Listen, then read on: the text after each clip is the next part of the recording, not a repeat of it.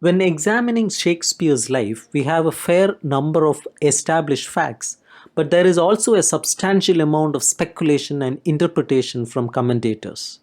Therefore, it's important for historians, especially those with limited space, to focus on the known facts and approach speculation with cautious skepticism. Shakespeare was baptized on April 26, 1564, in Stratford on Avon, possibly born on April 23rd, St. George's Day, the same date as his death in 1616.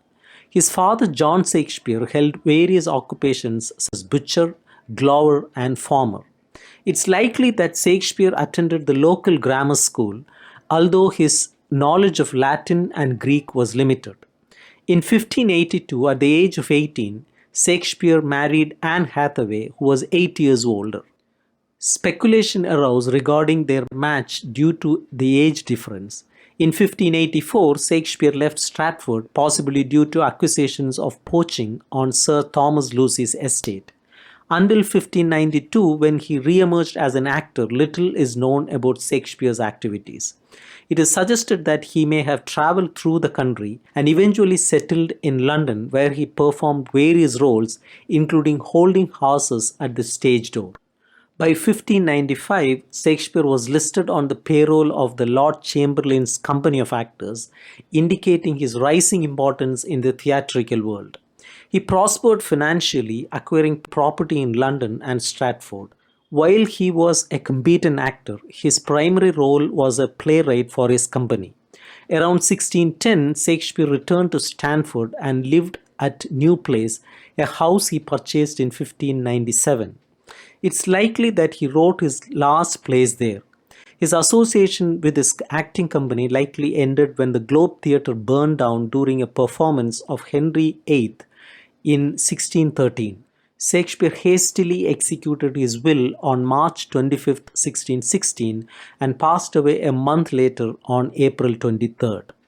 Shakespeare's early poems, Venus and Adonis and The Rape of Lucrece, both showed signs of his developing talent. While Venus and Adonis catered to popular taste with its heavily ornamented descriptions, it also contained lines of remarkable beauty. The Rape of Lucrece, however, was considered less impressive. In 1599, a collection titled The Passionate Pilgrim, containing poems attributed to Shakespeare, was published, though only one poem is definitively attributed to him. In 1609, a collection of Shakespeare's sonnets was printed, dedicated to Mr. W.H. Speculation persists about the identity of this individual, with William Herbert, Earl of Pembroke, being the most likely candidate. The sonnets themselves comprise 154 poems divided into two groups.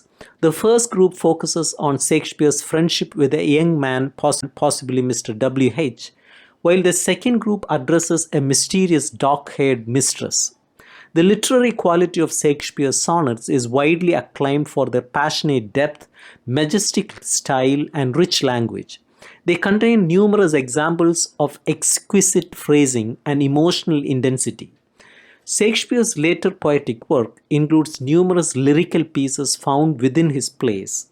While it is uncertain how much of these lyrics are original compositions, they showcase a wide range of styles and themes, from rustic simplicity to scholarly wit.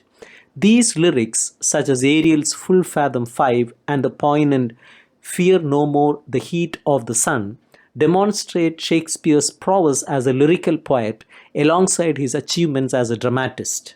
The plays of Shakespeare are often categorized into several groups based on their themes, style, and tone. The early comedies, these plays, like the Comedy of Errors, Love's Labour's Lost, and The Two Gentlemen of Verona, display Shakespeare's wit and wordplay, but lack the depth and maturity of his later works. They often feature young characters engaging in playful banter and humorous situations. The English histories. These plays, including Richard II, Henry IV Part I, Henry IV Part II, and Henry V, focus on English history and politics.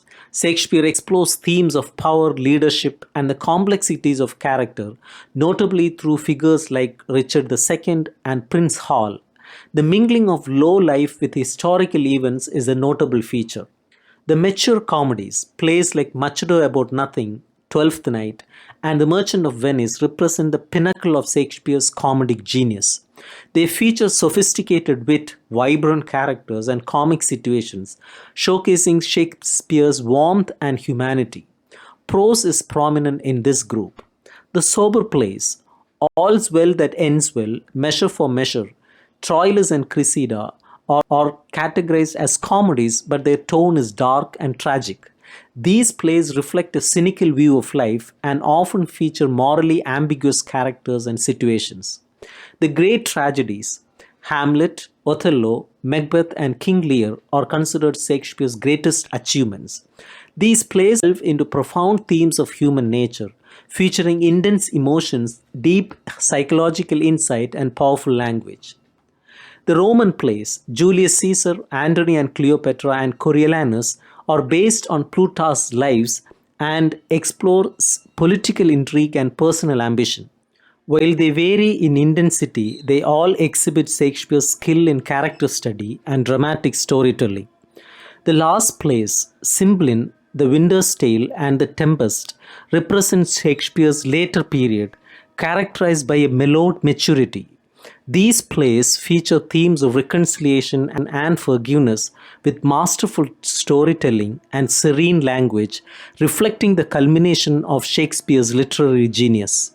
In Shakespeare's plays, prose is frequently used, particularly in comedic scenes, but also appears in serious passages. It reflects the common language of the time and can be both pithy and refreshing.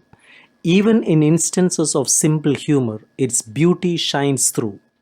Shakespeare did not always strive for originality in his plots. He masterfully adapted existing stories, chronicles, and tales to create his own unique narratives. In his mature works, he prioritized character development over plot, skillfully intertwining multiple storylines and infusing historical events with imaginative spirit. Shakespeare's unparalleled output spans a vast array of characters, from kings to clowns, lunatics to saints, lovers to misanthropes. His ability to bring such a diverse cast to life is a testament to his mastery. Shakespeare approaches his characters with a remarkable sense of subjectivity, portraying both vice and virtue with equal depth and authenticity. Characters like Iago, Claudius, Cleopatra, and Caliban embody complex mixtures of qualities, reflecting the common complexities of human nature. Shakespeare's characters possess a vital force that makes them feel alive and dynamic. Unlike wooden stereotypes, his characters are fully rounded and capable, evolving and developing throughout his plays. Shakespeare's mastery extends to the realm of meter, where he demonstrates exceptional range and power. In his earlier plays, his use of blank verse is marked by regularity in rhythm and pauses, often featuring rhymed couplets. As his career progressed, he experimented with various metrical forms, showcasing his evolving poetic skill. As Shakespeare grew more confident in his writing, his verse became more fluid and skillful. He experimented with the cadence of his lines, shifting pauses to different positions for effect. Eventually, he mastered the meter completely, bending it to his creative will. Shakespeare's distinctive writing style, often referred to as Shakespearean, is instantly recognizable even when found in the works of other authors. Describing it precisely is challenging as it possesses a unique blend of qualities. Shakespeare's language is characterized by its aptness and memorable phrases, many of which became part of everyday speech. His style exhibits a remarkable balance of sweetness, strength, and flexibility, reflecting his genius. Above all, there is an inherent sense of perfection and inevitability in his writing that marks it as truly exceptional.